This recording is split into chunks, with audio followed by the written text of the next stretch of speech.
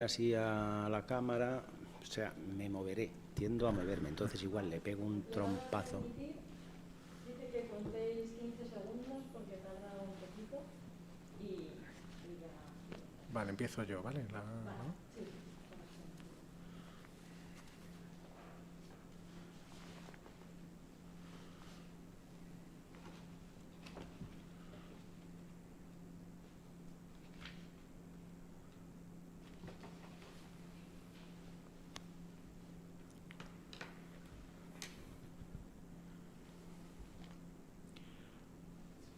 Bueno, buenas tardes. Os saludamos desde la Biblioteca Pública del Estado en Guadalajara y os damos la bienvenida a las personas que siguen, que nos están siguiendo a través del canal de YouTube del Ministerio de Cultura, y saludamos especialmente a las personas inscritas en este curso de la creación a la librería organizado por la Dirección General del Libro y Fomento de la Lectura del Ministerio de Cultura y Deporte, con la colaboración de la Asociación Colegial de Escritores y de Cedro, en el que, como sabéis, se está ofreciendo una visión panorámica del viaje del libro, pues desde la mente del escritor, de la escritora, hasta las manos de los lectores, y en ese viaje pues por los distintos actores que participan en él. Quiero agradecer especialmente al Ministerio de Cultura que en este tercer bloque del curso llamado ¿Cómo se hace un escritor y cómo trabaja un escritor en España? Pues que se emita desde diferentes bibliotecas públicas, ya que son espacios fundamentales de encuentro y de descubrimiento mutuo entre autores y lectores. Como digo, este tercer bloque está dedicado precisamente al punto de partida de ese viaje, al del proceso creativo del escritor, sin el cual lógicamente pues no existiría todo lo demás. Y además diversos escritores están aportando algo que a veces es complicado, que es su visión sobre su propio oficio. Así que en ese contexto pues presentamos hoy, damos la bienvenida a Pedro Antonio González Moreno, al que quiero agradecer especialmente además que haya llegado y venido hasta aquí, hasta Guadalajara. Él es nacido en Calzada de Calatrava y vive en Ciudad Real. Y para los que nos escuchan de otras partes de España hay que decir que hay 250 kilómetros de carretera para llegar aquí a Guadalajara de ida y otros tantos de vuelta. Así que gracias por el esfuerzo de haber venido hasta aquí. Él, además de profesor de lengua y literatura, es sobre todo poeta, poeta y escritor. Ha publicado varios libros de poesía, entre otros pues este Pentagrama para escribir silencios que tengo aquí, Calendario de sombras, Anaqueles sin dueño o El ruido de la savia, del que creo que vas a hablar y que por el que recibió el premio de poesía José Hierro. Su obra en narrativa pues ha escrito entre otros Los puentes rotos, que recibió el premio Manzanares de novela, o se adentró también en el terreno de la narrativa policíaca en este libro, por ejemplo, que se llama La mujer de la escalera, publicado por Siruela y que recibió el premio Café Gijón de novela. Y además como ensayista ha publicado pues recientemente, hace pocos años, un libro que se llama La musa a la deriva, que me parece muy interesante en torno a la poesía y a sus impresiones en torno al panorama de la poesía actual y de la lírica española actual, no solamente como autor y como crítico, que conoce mucho, sino también como lector, que también. Así que, pues nada, lo dicho, Pedro, muchas gracias por estar aquí y nada, adelante, cuando quieras. Pues muchas gracias, Jorge, gracias a las entidades convocantes de este, a pesar de todo, extraño encuentro que nos convoca en torno a las cámaras, porque podrían ser otras condiciones mucho mejores, pero afortunadamente la literatura es un fenómeno a distancia muchas veces y yo creo que en este sentido hay que hacerse cargo también. Gracias por esa presentación generosa. No sé a quién tengo que agradecer exactamente, a qué entidad tengo que agradecer que este acto se haya convocado precisamente aquí en Guadalajara y además en este hermoso entorno de esta biblioteca que a mí me trae, como antes le estaba recordándole a Jorge, recuerdos de parte de mi vida que transcurrieron en esta ciudad. Centrándonos en lo que nos interesa verdaderamente, que es este circuito de la literatura, el de el escritor y el autor, yo puedo decir que está, para mi gusto, un poco desenfocado este título que se le ha puesto a estas jornadas o a estos seminarios, de la creación a la librería. Se podría matizar que es incluso un poco presuntuoso o incompleto, porque la creación, introducida aquí con un poco el recuerdo de las vanguardias de Vicente Huidobro, que fue el que acuñó el creacionismo, y aquella obsesión por crear y por crear, que eran las tres obligaciones básicas que según Huidobro tenía el poeta, han quedado un poco anticuadas. Hoy en día ningún autor se confiesa o se reconoce como creador. La creación es algo que tiene un componente y naturaleza casi divina. Y por otro lado, el final de este proceso largo y complejo de la literatura no es tampoco la librería. La librería es, podríamos decir, utilizando la metáfora del viaje, un punto casi terminal o una estación casi convertida más bien en apeadero, tal y como están en las librerías en estos últimos tiempos. Las librerías no son el último término del viaje, sino la mano del lector. Entonces, este circuito se completa cuando del autor pasa el libro terminado a la mano del lector, que es el verdadero sostén de todo este fenómeno comunicativo y literario. De todas maneras, el circuito, este circuito de comunicación de lectores y escritores, tiene una complejidad que, como digo, está en su propia naturaleza comunicativa. Pues hay una crisis, según se nos está contando últimamente, especialmente como consecuencia de toda esta situación que nos desborda, que hace que las librerías estén cambiando su forma de llevar su producto a la calle. En algunos casos, las librerías ya ni siquiera son ese punto terminal donde puede encontrarse el libro. Algunas veces, y lo sabemos por algunas editoriales pequeñas que intentan adaptarse a los difíciles nuevos tiempos, hacen presentaciones y después de esas presentaciones realizan las ventas correspondientes. Entonces, se nos ha privado de alguna manera también de ese viejo placer de ir a una librería, pasearse por los estantes, tocar los libros. Esa frase de un título de Jesús Marchamalo, por cierto.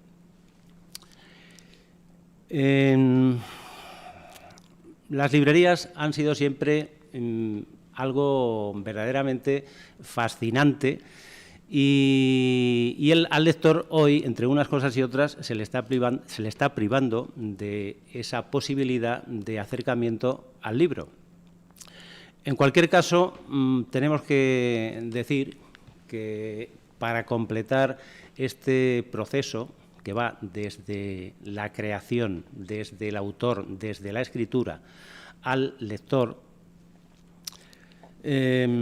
hay otros dos puntos intermedios que hay que considerar. En algunos casos son incluso más rentables que los que afectan al propio creador. Por ejemplo, el autor crea el libro, escribe el libro o fabrica el libro con los materiales que ya conocemos, básicamente los lingüísticos y los imaginativos, El editor lo imprime, el editor lo edita, el distribuidor lo difunde, parece que sin distribuidor no existe el libro, y finalmente el librero lo expone en sus stands.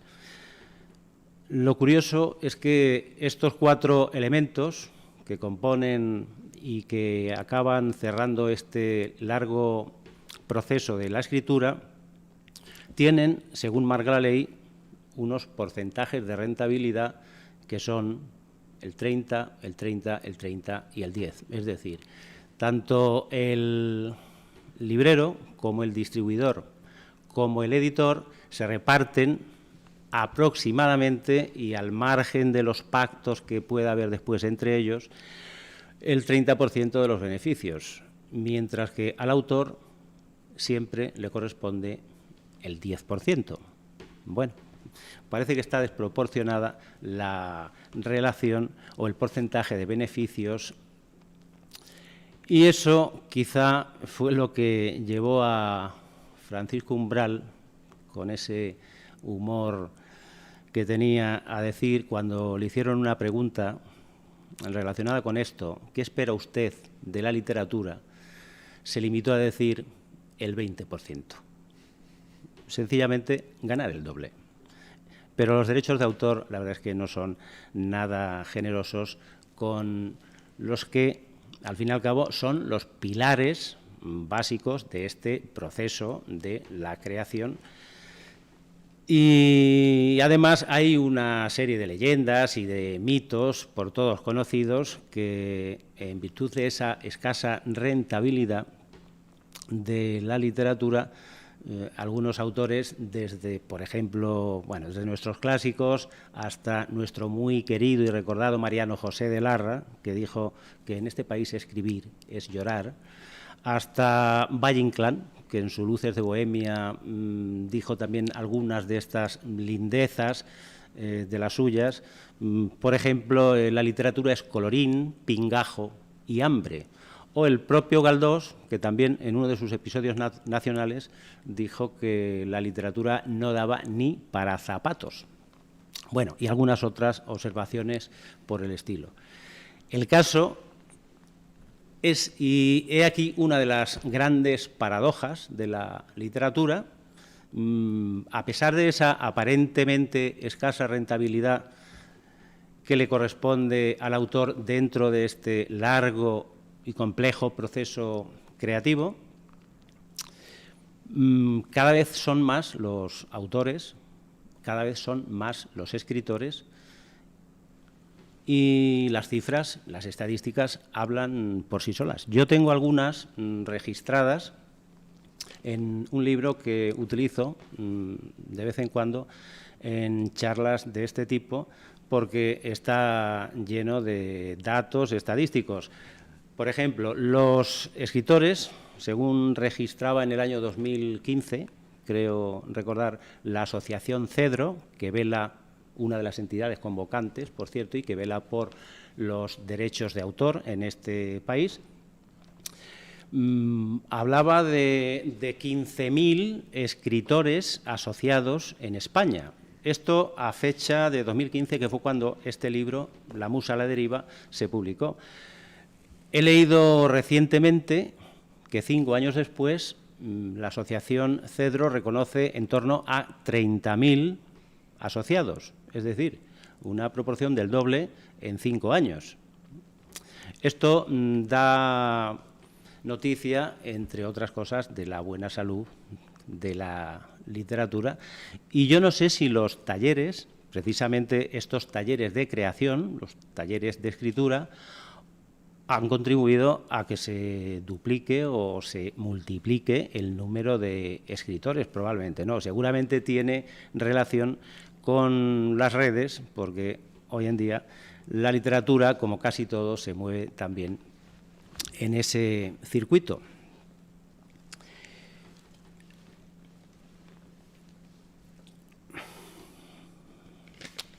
Bueno, pues vamos a, antes de entrar yo en datos más personales de cómo entré yo en este mundo de la literatura, que de alguna manera era también otro de los motivos por los que estoy aquí.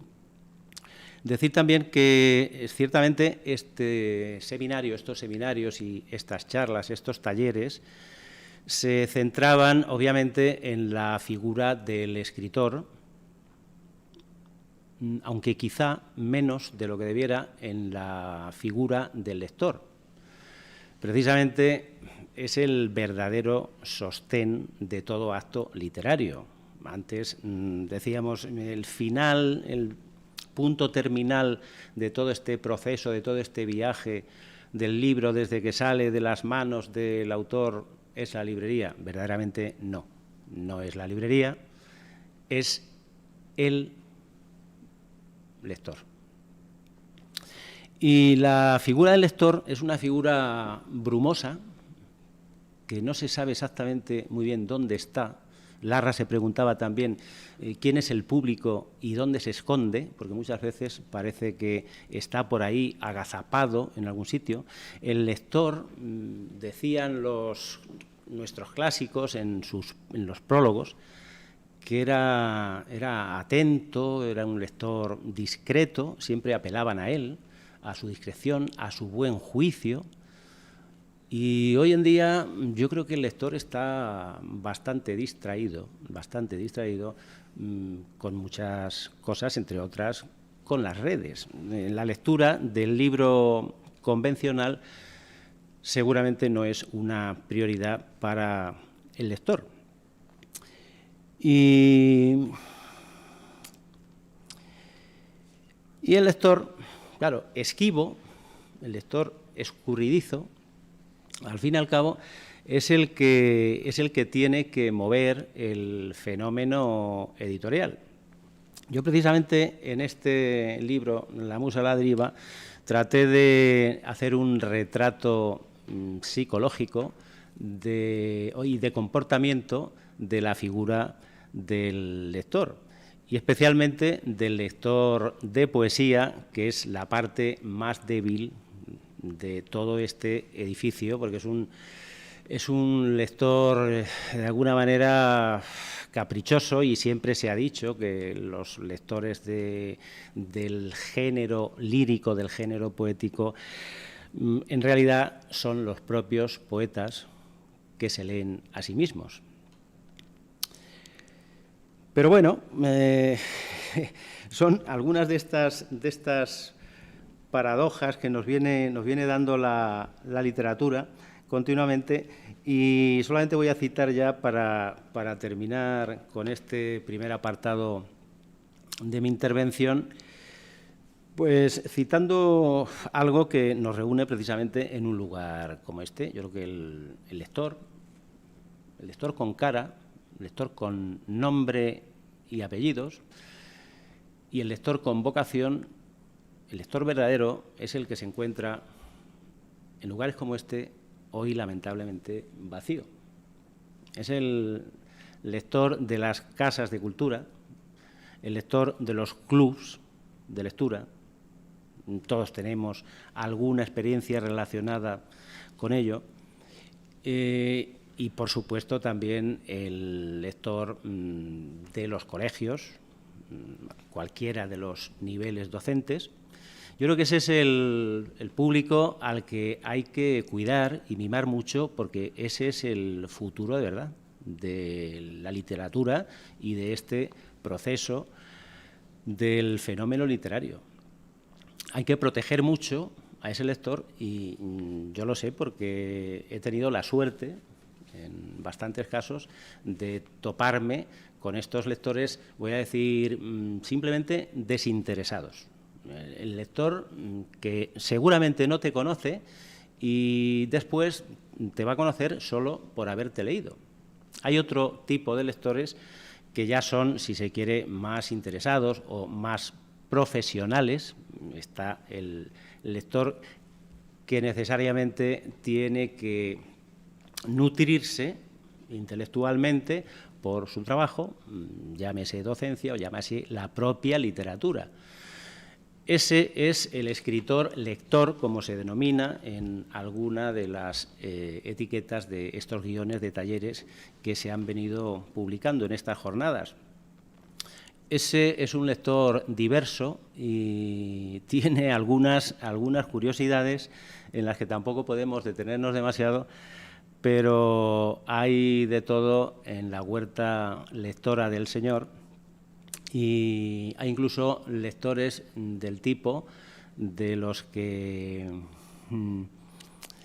proclaman, y lo han hecho abiertamente algunos y por escrito, que no pueden leer porque se contagian, es decir, porque se contaminan, porque las lecturas les resultan contaminantes para su propia pureza verbal. Bueno, son actitudes que, por supuesto, abundan poco en este Parnasillo nuestro. El tipo de lector que también parece que últimamente viene proliferando, sobre todo como consecuencia de la invasión de las redes en la literatura, es un lector que Ignacio Echeverría, en un artículo, denominaba pues el lector que simplemente no lee. Y además lo confiesa. Yo escribo, ¿para qué voy a leer? En fin, viene a propósito de esta costumbre impuesta a través de las redes sociales en las que uno se limita o se dedica a escribir compulsivamente y espera o no espera reciprocidad. Entonces hay una lectura de reciprocidad en este caso. Yo te leo si tú me lees. Hacemos una especie de pacto, más o menos tácito, de manera que somos lectores recíprocos. En fin, vuelvo a repetir otra vez, el lector verdadero es el que solemos encontrarnos en los clubs de lectura de las bibliotecas, en los centros escolares y en organismos similares. Ese creo que es el lector que de verdad en el futuro salvará, si alguien puede salvarla, la literatura. Y yo voy a continuar también poniendo un poco el ejemplo de cómo yo, en un momento dado, por qué extraño misterio o por qué curioso azar, yo descubrí la literatura, yo entré en el mundo literario y lo voy a relacionar con otra de las preguntas que se han hecho a lo largo de algunos de estos talleres. ¿Se puede aprender a escribir? Evidentemente, nadie nace con la literatura aprendida. Nadie que se recuerde pues, ha nacido o ha crecido masticando endecasílabos, por poner un ejemplo de la lírica. Está claro que la literatura es algo que se aprende y que se aprende normalmente en una edad joven.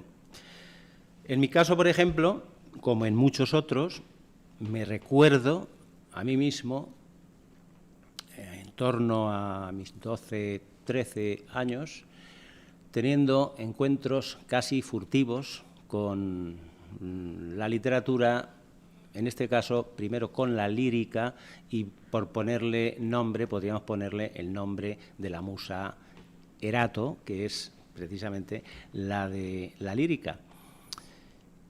Encuentros curiosos que, con razón o sin ella, a mí me acercaban a un escenario que era el desván de mi casa, el desván de mi casa calzadeña.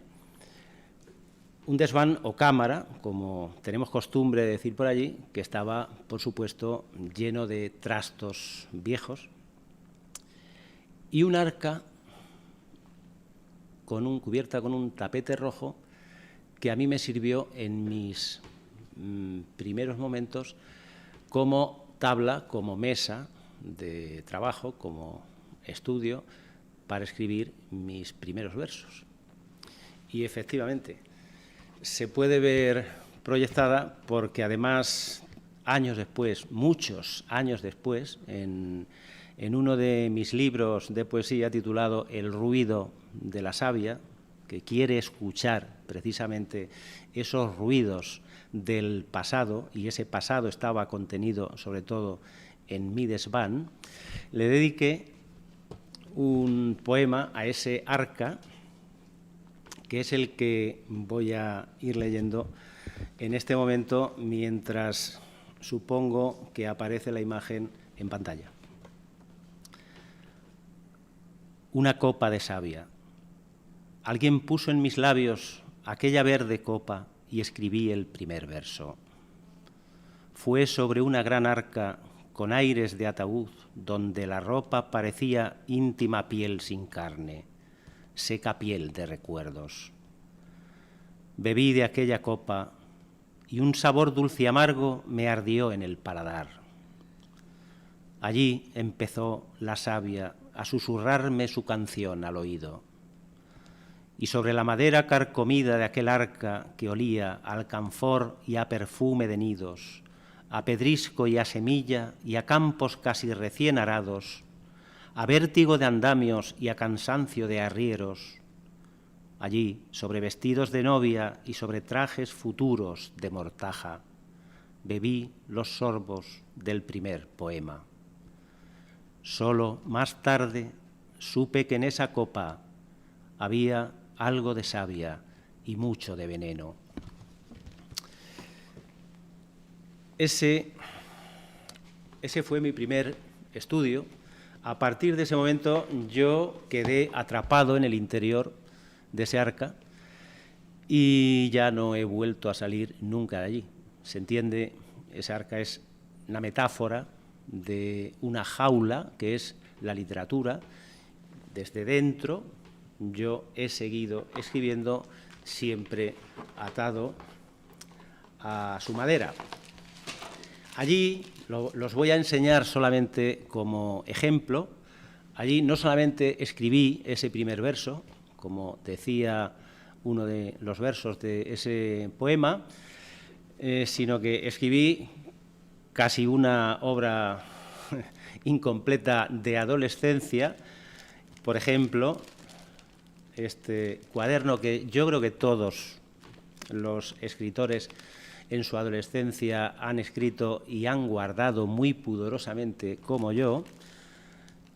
Su título son Narraciones y poemas, incluye 100 poemas escritos autógrafamente con esa letra tan pulcra, con esa letra tan cuidada.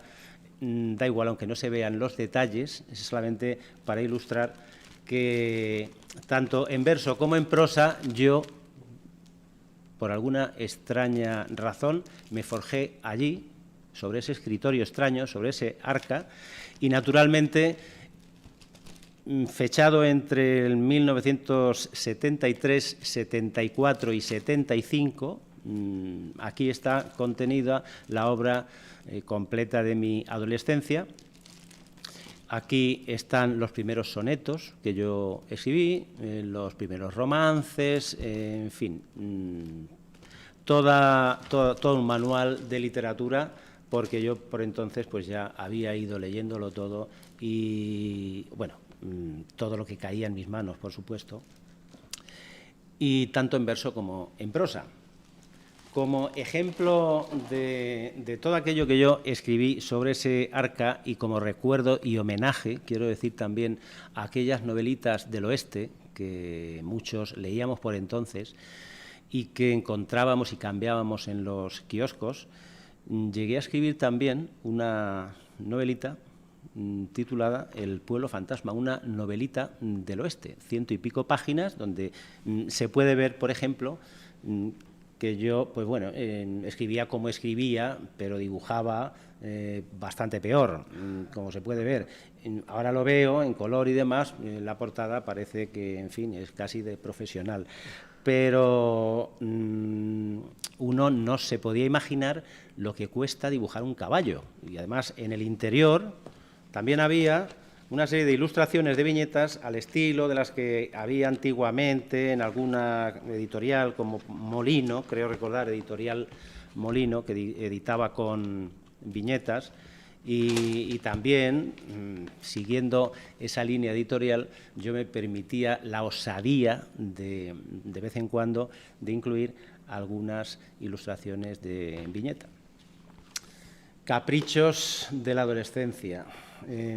El último de estos secretos que tengo yo escondidos y que hoy estoy desvelando es otra novelita, esto ya casi podríamos llamarlo novelón, de más de 200 páginas, también con algunas ilustraciones incluidas, también con una caligrafía muy esmerada, como si alguien fuera a leer, como si ese lector, que siempre decimos que no está en ninguna parte y está en todas, pudiera tener la opción de leerlo, pero la verdad es que nadie ha leído, y por mi parte nadie va a leer, estas obritas o estas obrecillas, utilizando un diminutivo más propio de Fray Luis de León, porque son libros condenados a la hoguera. Y no es un tópico literario. Yo, antes de desaparecer, trataré de dejarlos ya directamente convertidos en ceniza. No vaya a ser que después a alguien se le ocurra editarlos como obras de iniciación o de juventud. En fin, valga simplemente como ejemplo. El caso es que digo, nadie, absolutamente nadie ha leído. De esta última novela sí puedo recordar como anécdota que sí se la di para leer a una antigua profesora mía del bachillerato, que no era de literatura, por cierto, que era profesora de geografía y de historia, y precisamente por eso le llamó la atención el principio, y quizá fue la peor crítica literaria que desde entonces me han hecho, la suya. El capítulo primero empezaba diciendo, a un estilo muy rancio, muy de clásicos españoles, donde conocemos la sociedad de la época. Era una forma de ambientar esta novela que se titulaba Los tres aventureros, ambientarla dentro de la sociedad española de la Restauración, en torno a 1885. Bueno, pues aquella profesora mía, me dijo que era mentira, que yo eso no lo había escrito, que eso estaba copiado de algún libro. Y bueno, efectivamente, en ese sentido tenía mucha razón, porque esa primera página estaba llena de datos cogidos del libro de historia para ilustrar precisamente ese contexto histórico que daba pie al mundo de la novela. Bueno, curiosidades de la trayectoria de cada uno. Esta misma profesora, ante su incredulidad, lo voy a recordar, fue la que me obligó a hacer un reto, algo que fue un reto para mí, pero hacer una crónica en prosa o en verso. Yo era libre para elegir, de un viaje que allá por el año 75 teníamos previsto hacer los alumnos de bachillerato a Córdoba. Me comprometí, dije que sí, que para demostrarle que yo escribía estas cosas, escribiría esa crónica viajera. Esa crónica viajera se me convirtió en un romance de 500 versos, que es una de esas obras que se conservan precisamente aquí, entre todas estas reliquias imposibles ya de recuperar y de leer. Pero esta misma profesora, ya se puede comprobar que yo la verdad es que mucho apoyo por parte de mis profesores no tuve. Esta misma profesora, más tarde, no sé si arrepintiéndose por no haber tenido fe en esas obras mías, fue la que me proporcionó uno de mis talleres, lo digo entre comillas, uno de mis talleres favoritos, en los que mi formación literaria, si es que tuve alguna, se completó en términos, yo diría, absolutos. Fue una tarde en la que me propuso, yo con 14, entre los 14 y los 15 años, que ya que tenía tanto interés por los libros, que me parecía si me encargaba de sacar adelante la biblioteca de mi pueblo. Resulta que esa propuesta me permitió entrar en un edificio que para mí era grandioso, era como la gran biblioteca de Babel, de Borges. Allí estaba el mundo en forma de libros, por supuesto, y durante 2 veranos yo fui bibliotecario allí en aquella biblioteca de la que solo se conserva el edificio exterior porque lo demás desapareció, los libros desaparecieron y al menos yo y nadie ha sabido contestarme dónde fueron a parar.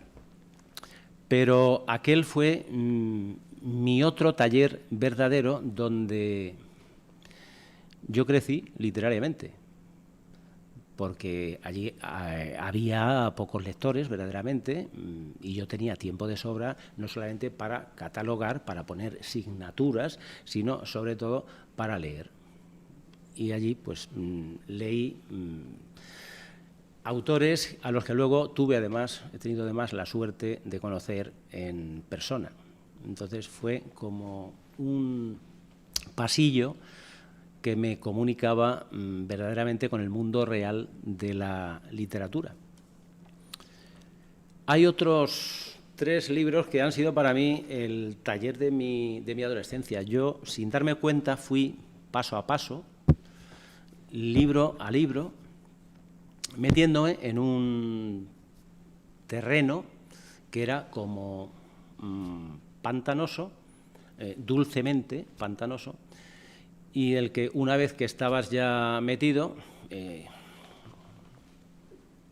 dicen en mi pueblo hasta el pescuezo, en esto de la literatura, o hasta el codo, en esto de aventuras, decía Don Quijote. Yo ya estaba metido hasta el cuello en esto de la literatura y había entrado de la mano de otros 3 libros que fueron para mí fetiches. Me los he traído precisamente por eso, para que me acompañen aquí y para que, de alguna manera, quede constancia de que a la sombra de estos 3 libros, también crecí yo y que ellos fueron también, de alguna manera, parte de ese taller de mi formación literaria adolescente.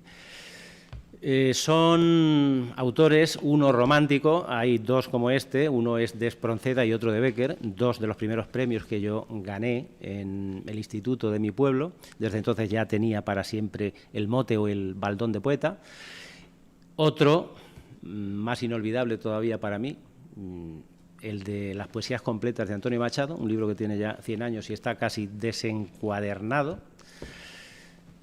Y un tercer libro, también fetiche para mí, donde estaba toda la historia de la literatura española, de la poesía española, desde las jarchas hasta autores. Recuerdo, los últimos que aparecían antologados por aquí eran Claudio Rodríguez, autores del 50, Carlos Sagún, Eladio Cabañero, Manuel Alcántara, autores a los que también tuve después, años más tarde, la suerte de conocer y compartir buenos ratos con él. Estas 2.500 páginas, quiero recordar ahora que yo se las debo, en parte también esa formación literaria, a uno de los que fueron por entonces curas de mi pueblo, que me hizo este generoso regalo, sabiendo que yo ya tenía mucho interés por la poesía. Ese fue mi descubrimiento de la literatura, una literatura en la que no había talleres de verdad, pero en la que el aprendizaje yo lo iba haciendo en solitario y sin contrastar con nadie, ni mis lecturas, ni mis puntos de vista. Eso de entrar, por ejemplo, ese ejemplo que he puesto de entrar en una biblioteca con miles y miles de volúmenes y tener todo el tiempo del mundo para leerlos, pues también da idea de que puede ser una forma un poco equivocada de entrar sin criterios y sin guía y sin orientación, de entrar en el mundo de la literatura. Pero al final uno acaba digiriendo, acaba encontrando sendas y sentido crítico por el camino. Más adelante, la verdad es que ya vino la literatura real, porque todo esto es como un mundo de ficción. Es verdad que uno encontró en los libros esa sombra, pero muy lejana todavía, de todos estos autores, y luego cuando entra uno en la universidad da la sensación, o entró en aquellos tiempos con la sensación de que ya llevaba media historia de la literatura leída en el bolsillo. Yo, en realidad, si soñé alguna vez con ser escritor o tuve la fortuna de llegar a serlo, yo creo que fue el cumplimiento de ese raro destino, de ese raro azar que salió de mi arca, del arca de mi cámara y de todo lo que vino después. Luego después vinieron las tertulias literarias, lo que digo de la realidad de la literatura, tanto en Ciudad Real, la tertulia del Grupo Guadiana, como ya en Madrid. Por ejemplo, de inevitable recuerdo las tertulias del Café Gijón, donde compartimos muy buenos ratos con algunos poetas inolvidables. Incluso tertulias que para mí tuvieron también un significado muy especial en la casa del maestro de Pozuelo, gracias al aula literaria Gerardo Diego, que murió en el 87 y allí está enterrado, y allí se le hizo un homenaje, un aula literaria que dirigí durante 12 años, nos permitió vivir el mundo de la literatura real. Ya no era algo que tenía que ver con los libros, ya era algo en lo que uno también, sin darse cuenta, estaba dentro. Y la verdad es que tarde o temprano uno acaba, no digo tampoco desengañándose o cansándose de toda esa actividad que genera en torno a la literatura, pero sí hay momentos, como pasa también en las propias relaciones humanas, en las que uno se distancia, vamos a decir, se distancia de ciertas personas y luego vuelve. Yo he tenido esos momentos de mayor atracción por la literatura en sus diferentes géneros. Ahora comentaré algo sobre los géneros. Bueno, pasas de la poesía al ensayo, pasas del ensayo a la novela. Esto no hay que entenderlo como ninguna clase de infidelidad, es como quien piensa que si uno publica en varias editoriales le es infiel de alguna manera a su editor. Yo creo que todo lo contrario. La literatura es un fenómeno amplio, complejo, y cualquiera de los géneros literarios es una manifestación de la escritura. ¿Hay diferencias entre ellos? Por supuesto. Yo, abreviando ya, voy a limitarme a hacer algún breve comentario sobre los tres géneros en los que yo me he desenvuelto a lo largo de todos estos años, que ya van siendo demasiados. El ensayo, la narrativa, en su versión novela, y la poesía. Yo ya he dicho que empecé escribiendo poesía y cuentos, esas 100 narraciones, esos 100 poemas y 10 narraciones que hay contenidas en ese cuaderno verde que antes he enseñado. De alguna manera son el anticipo de los caminos por donde básicamente iba a ir después mi orientación literaria. Y efectivamente, sobre todo, ahí están pues mis 6 libros de poesía. He cultivado este género y hasta muchos años después no me decidí a publicar novela, y sin embargo la novela había una novela sobre todo, la primera que publiqué, la de Los puentes rotos, que ya venía escribiéndose desde hacía años y que iba creciendo conmigo, dicho así un poco literariamente. Voy a citar a Unamuno en una frase en la que decía que la novela, por cierto, no es una cuestión de mecanismo o de mecánica, sino de organismo, de órgano, es una cuestión más de órgano como la poesía. En el sentido de que la novela, tanto la novela como la poesía, son géneros vivos que tienen una dinámica interior propia, muy peculiar, que les hace evolucionar de una manera muy particular.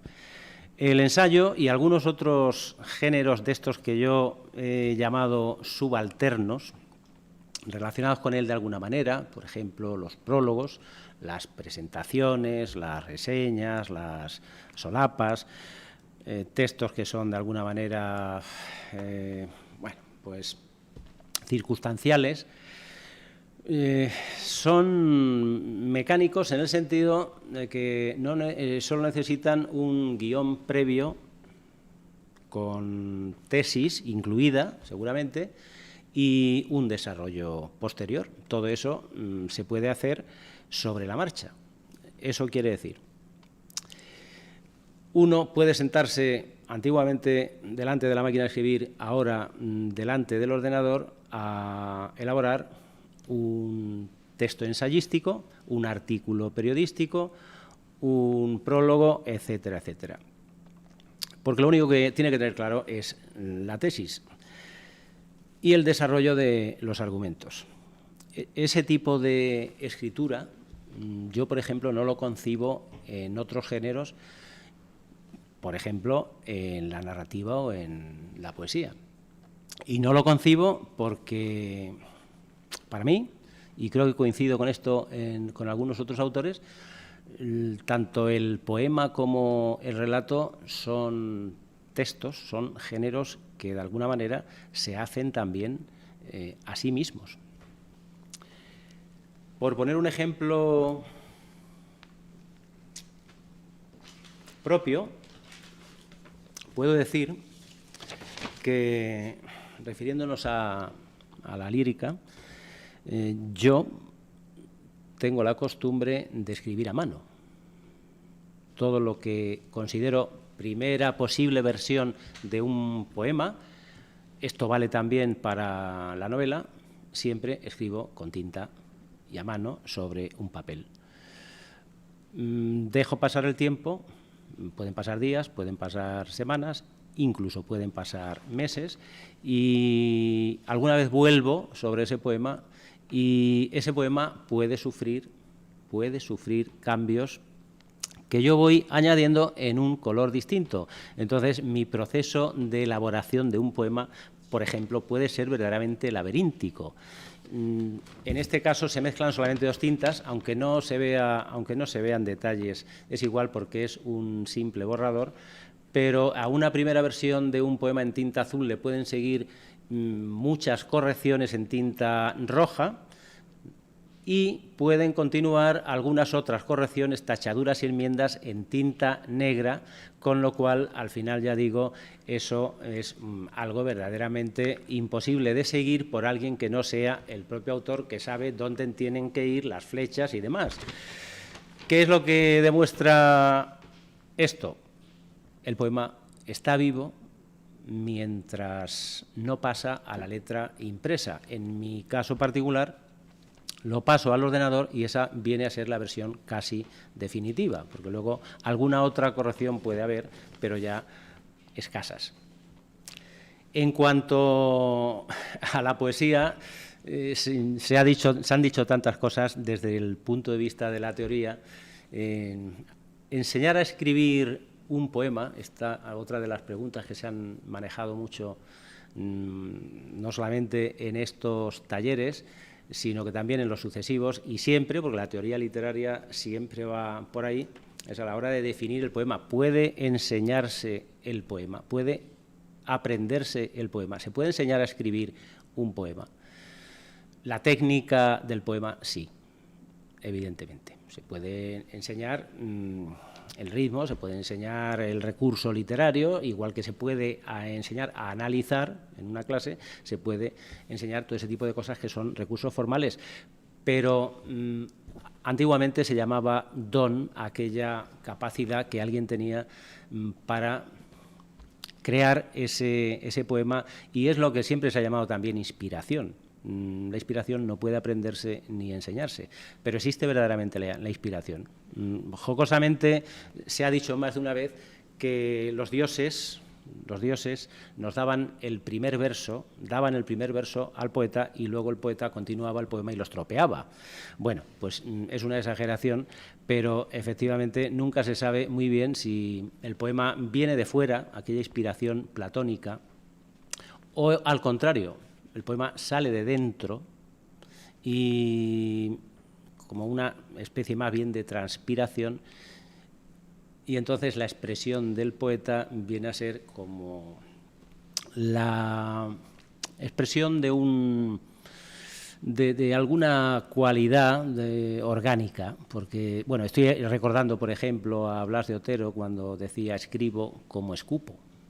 Bueno, son muchas teorías las que se han dado sobre el poema, y no siempre es fácil concluir que la lírica puede aprenderse o puede enseñarse desde el punto de vista del docente.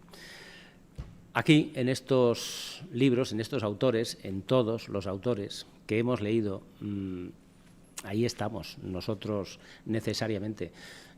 Se ha dicho ya, somos lo que leemos, evidentemente escribimos lo que leemos, y aquello del plagio no debe darnos miedo, como aquel poeta que opinaba que no quería leer a nadie por temor a contagiarse.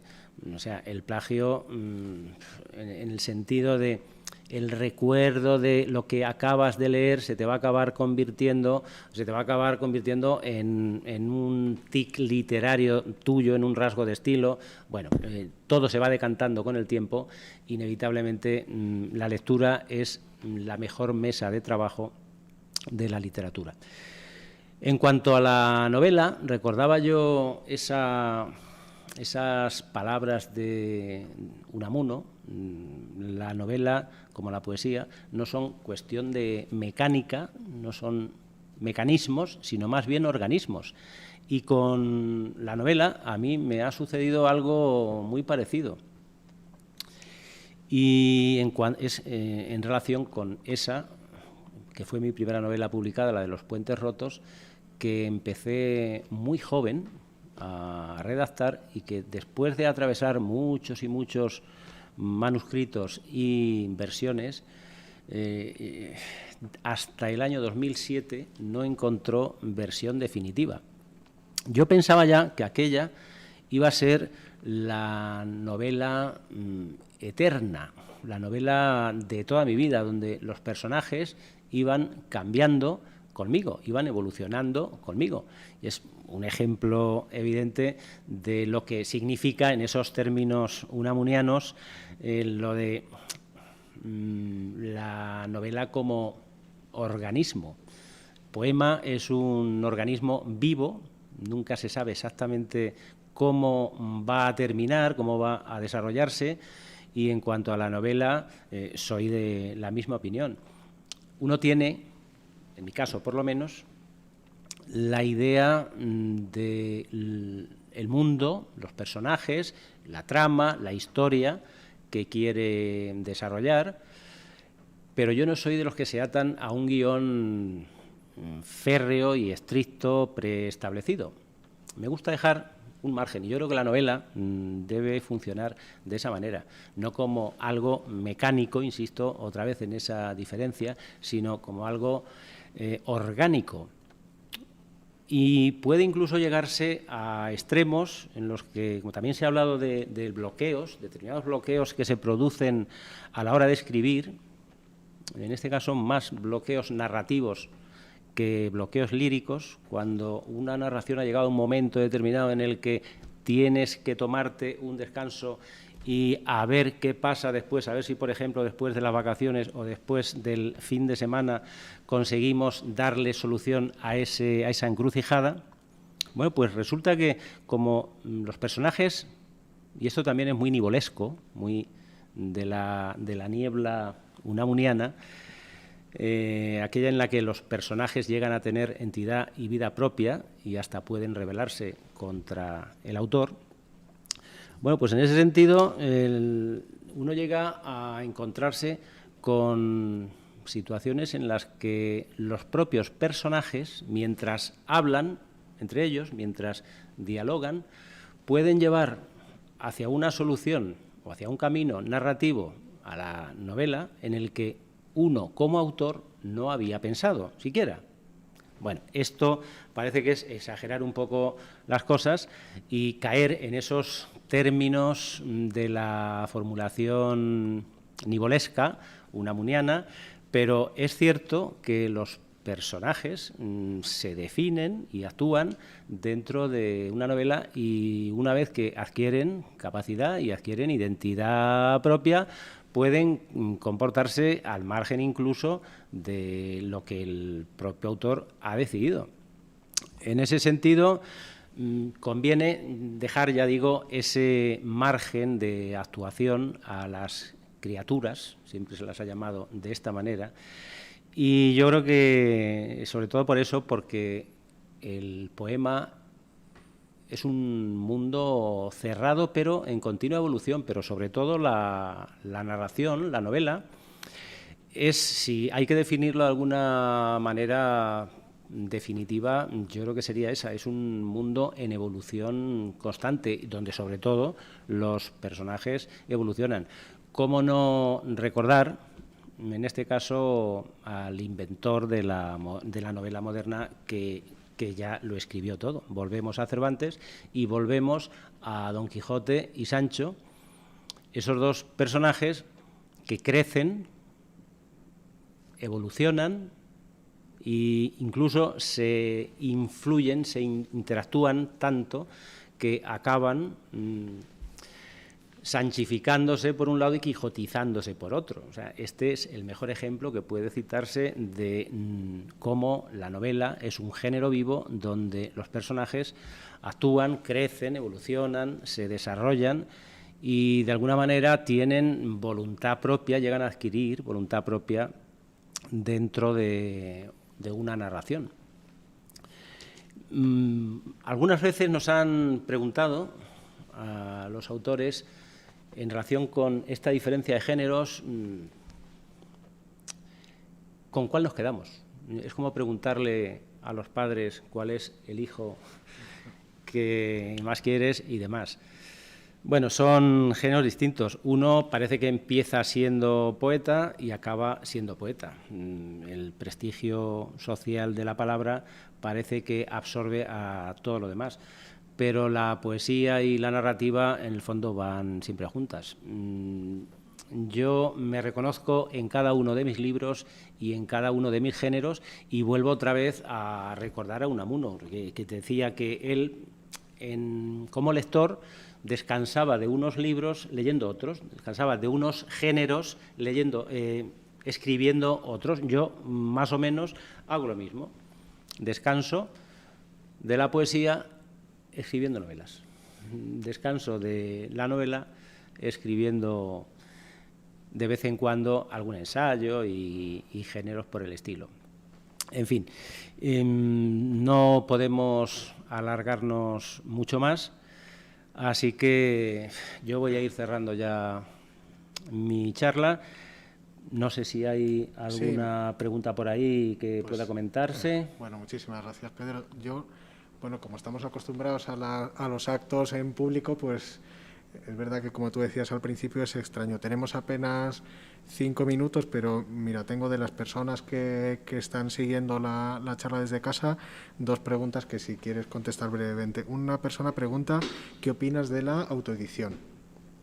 Y otra persona pregunta, en este caso sobre la poesía, pregunta si existe una voz femenina, una voz masculina, o si sencillamente existe una voz poética. Muy bien, pues muy interesantes preguntas como para dedicarle otra media hora a hacer una prolongación de tertulia y me parece que no vamos a poder.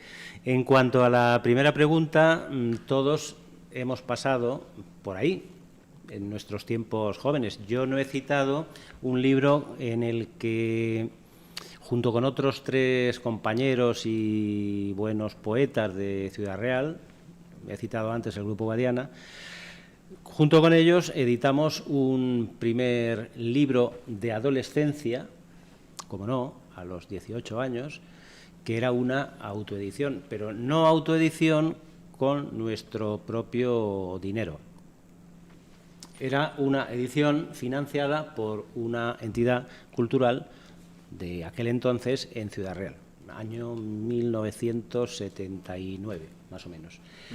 Claro, el problema de la autoedición, venga de uno mismo o venga financiada por alguna otra institución, es que tiene un recorrido más limitado. Como obras de iniciación pueden ser aconsejables a autores que puedan permitirse ese lujo. Pero si es posible, yo creo que lo que hay que aconsejar a los que están entrando en este mundo es que intenten editar sus libros en colecciones a través de premios o a saber a través de qué otras cuestiones que entren en colecciones que le van a permitir pues una mayor difusión de su obra, que es de lo que se trata. Todas las formas de edición, de todas maneras, me parece que son loables y no tienen nada que ver con la calidad literaria. O sea, el hecho de que un libro sea poético o no, venga con un sello editorial de postín o de mucho prestigio, o no traiga nada más que el sello de una editorial modesta, no dice nada en absoluto en cuanto a la calidad de ese libro. Creo que con eso se me entiende. Y en cuanto a la otra pregunta, pues precisamente en este libro ya le dediqué yo un largo capítulo, Ariadna, el hilo y el laberinto. Precisamente la voz femenina, un largo capítulo dedicado a estas voces que han irrumpido sobre todo desde los años 80 en la poesía española y que han sido voces muy poderosas que se han consagrado en editoriales importantes. Voy a recordar, por ejemplo, el nombre de Blanca Andreu o de Ana Rossetti, que precisamente a partir de la colección Adonais, Blanca Andreu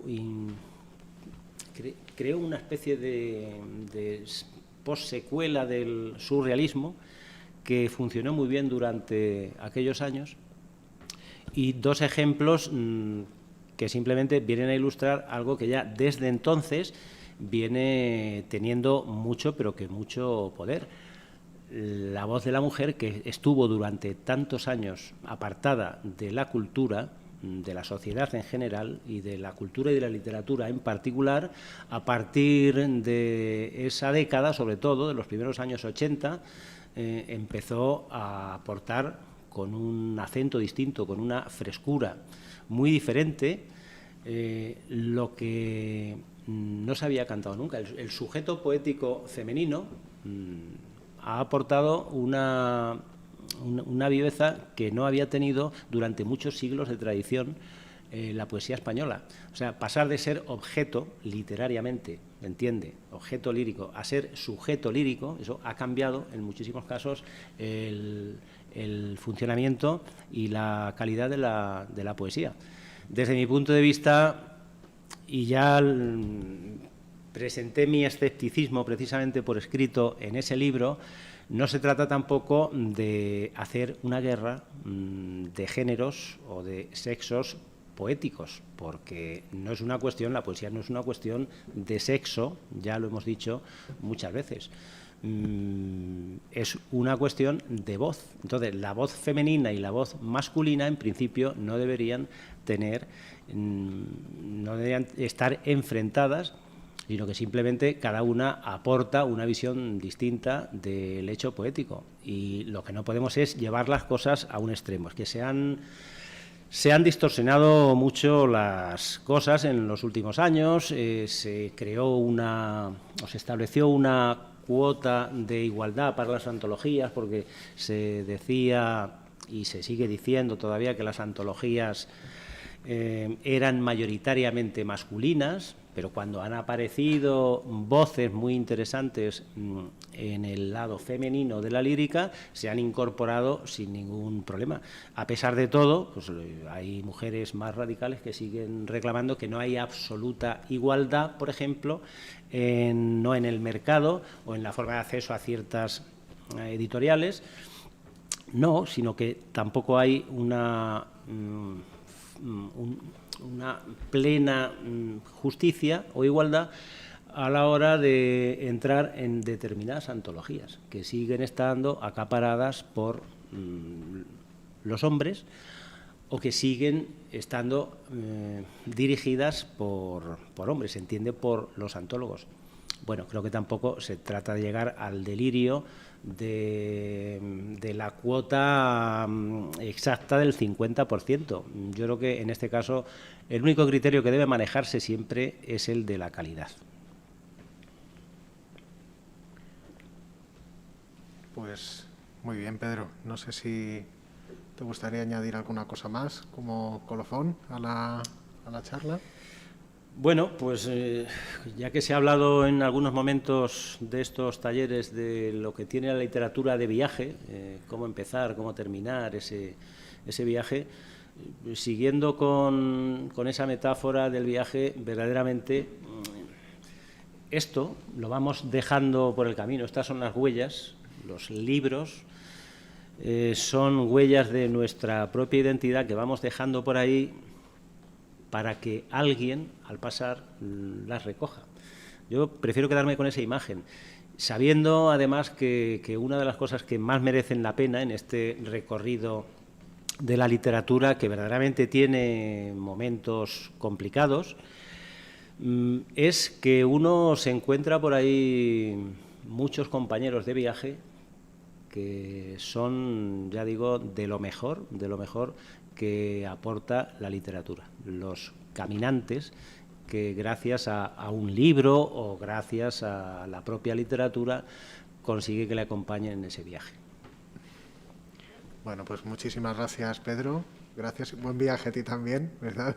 Gracias. De vuelta a Ciudad Real y nada, gracias a las personas que nos han seguido y espero que hayáis disfrutado de la charla. Muchas gracias.